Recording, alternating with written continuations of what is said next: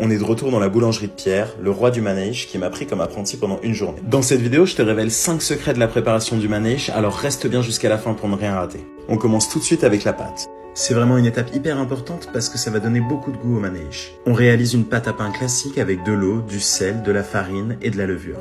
Le premier conseil de Pierre, c'est d'y rajouter du sucre, ce qui va permettre de nourrir les levures et avoir une pâte beaucoup plus moelleuse. Ensuite, il m'a aussi confié un secret absolument infaillible pour savoir si la pâte est prête. Je peux la manger. Je peux la manger? Ouais, c'est farine. Quand le mélange est bien homogène, on la laisse reposer et on se cale tranquillou sur la terrasse. Maintenant que la pâte est prête, c'est le moment de vous révéler le troisième secret. On la passe 2 fois au laminoir pour avoir une pâte très fine et donc un manège super croquant. Ensuite, vous pouvez la garnir avec un des 3 mélanges que je vous ai expliqué avant. Mais là, comme c'était midi, j'ai décidé de me faire un petit larbragine avec de la viande et des tomates. Attention, il faut bien fariner la planche et ne pas mettre trop de farce pour pouvoir la mettre facilement dans le four. La cuisson traditionnelle veut qu'on l'enfourne dans un four à pain très chaud pendant 3-4 minutes, juste le temps de cuire la farce et de rendre la pâte très croustillante.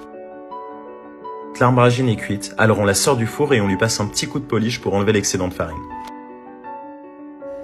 Voilà, tu sais tout des secrets de la préparation du manège.